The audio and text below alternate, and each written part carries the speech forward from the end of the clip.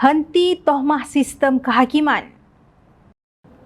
Sultan Selangor Sultan Sharafuddin Idris Shah Al-Haj menyeru rakyat agar sentiasa menghormati kedaulatan undang-undang dan kebebasan badan kehakiman yang merupakan teras dan paksi kepada kedaulatan sistem demokrasi raja berperlembagaan yang diamalkan di negara ini.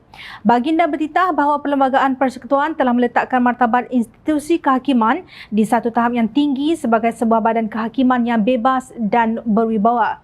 Badan kehakiman merupakan benteng terakhir yang perlu dipertahankan bagi memastikan pentadbiran keadilan dapat dilaksanakan dengan sebaiknya. Rakyat harus faham bahawa hakim-hakim Mahkamah Persekutuan, Mahkamah Rayuan dan Mahkamah Tinggi adalah dilantik oleh Yang di-Pertuan Agong setelah mendapat nasihat daripada Perdana Menteri dan selepas berunding dengan Majlis Raja-Raja sebagaimana peruntukan perkara 122B Perlembagaan Persekutuan. Malah Perdana Menteri sebelum memberikan nasihat kepada Yang di-Pertuan Agong berkaitan dengan lantikan seseorang hakim hendaklah terlebih dahulu berunding dengan Ketua Hakim Negara dan perlu mendapat pengesyoran dari Suruhanjaya Pelantikan Kehakiman Titah Sultan Sharafuddin. Baginda menegaskan bahawa proses lantikan yang teliti dan kebebasan kehakiman membawa pengertian bahawa para hakim yang mengadili sesuatu kes dapat mentafsirkan undang-undang berdasarkan semata-mata kepada fakta dan keterangan tanpa rasa takut, pilih kasih dan bebas daripada sebarang pengaruh yang tidak diingini. Seorang hakim telah mengangkat sumpah untuk mengamalkan kesamarataan, memelihara, melindungi dan mempertahankan perlembagaan serta bebas dari segala bentuk tekanan dalaman dan luaran. Perlembagaan Persekutuan dengan jelas memperuntukkan bahawa semua rakyat adalah sama rata di sisi undang-undang. Ini bermakna bahawa rakyat tidak mengira status, jawatan, bangsa dan keturunan adalah tertakluk dan bertanggungjawab kepada undang-undang yang sama, titah baginda. Sultan Sharafuddin juga menitahkan agar semua pihak bertanggungjawab untuk sentiasa memelihara nama baik badan kehakiman agar ianya tidak tercemar daripada sebarang bentuk pengaruh dan tekanan. Walaupun tidak menyebut mana-mana pihak dipercayai, titah baginda itu ditujukan kepada pihak yang mutakhir ini mempertikaikan keputusan 9 hakim dalam kes penyelewengan Datuk Seri Najib Razak berhubung dana RM42 juta milik SRC International Sdn Bhd. Mahu hakim dan peguam negara dilantik daripada kalangan orang yang akan patuh kepada Perdana Menteri. Ini termasuk Ketua Cawangan UMNO Batu Kif Selatan Syed Muhammad Imran Syed Abdul Aziz yang mengugut akan mengadakan demonstrasi selepas menyerahkan memorandum memohon pengampunan Najib daripada Yang di-Pertuan Agong Al-Sultan Abdullah Riayatuddin Al-Mustafa Billah Shah. Baginda mengisyaratkan tidak berkenan terhadap kelakuan sedemikian menerusi titahnya. Beliau mengambil kesempatan di sini juga untuk mengingatkan pihak eksekutif agar sentiasa mendukung penuh prinsip kebebasan kehakiman dan mengelak daripada sebarang cubaan untuk mempengaruhi proses pentadbiran keadilan badan kehakiman. Kebebasan badan kehakiman memerlukan sokongan, dokongan, kefahaman dan iltizam dari semua pihak terutama dari pihak eksekutif.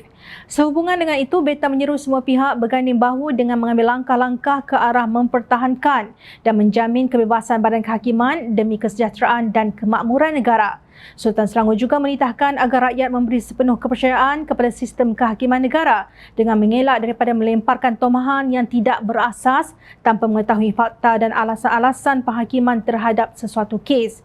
Sebarang tomahan yang tidak berasas ini akan mengundang persepsi negatif terhadap kebebasan badan kehakiman dan pasti menghakis keyakinan dan kepercayaan rakyat terhadap sistem pentadbiran keadilan negara.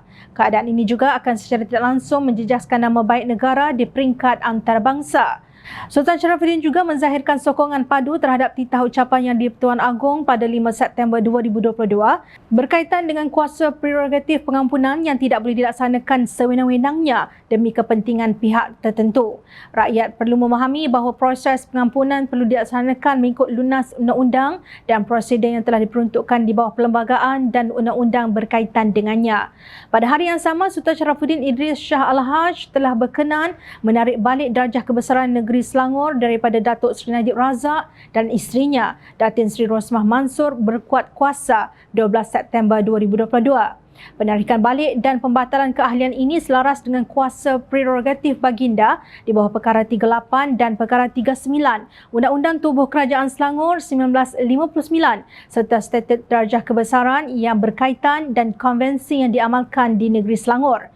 Menurut kenyataan yang dikeluarkan oleh Setiausaha Kerajaan Negeri Selangor, Datuk Haji Haris Kasim, tindakan tersebut diambil kerana pada 23 Ogos lalu, Mahkamah Persekutuan mengekalkan sabitan bersalah terhadap Najib di atas beberapa pertuduhan yang melibatkan kes salah guna kuasa, pecah amanah dan pengubahan wang haram ke atas dana SRC International Sdn Bhd. Manakala Rosmah pula telah pada 1 September 2022, Mahkamah Tinggi telah mensabitkan dan menjatuhkan hukuman terhadap beliau atas 3 pertuduhan yang melibatkan kesalahan meminta dan menerima rasuah. Kalau pemimpin UMNO tidak faham lagi titah dan tindakan Istana Selangor itu, kita tidak tahu sindrom kebebalan apa yang sedang menyelubungi mereka.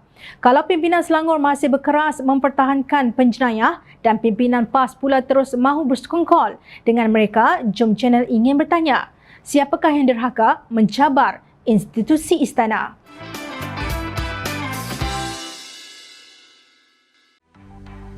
Mencari maklumat dan berita politik yang bebas, kupasan yang tepat, panas.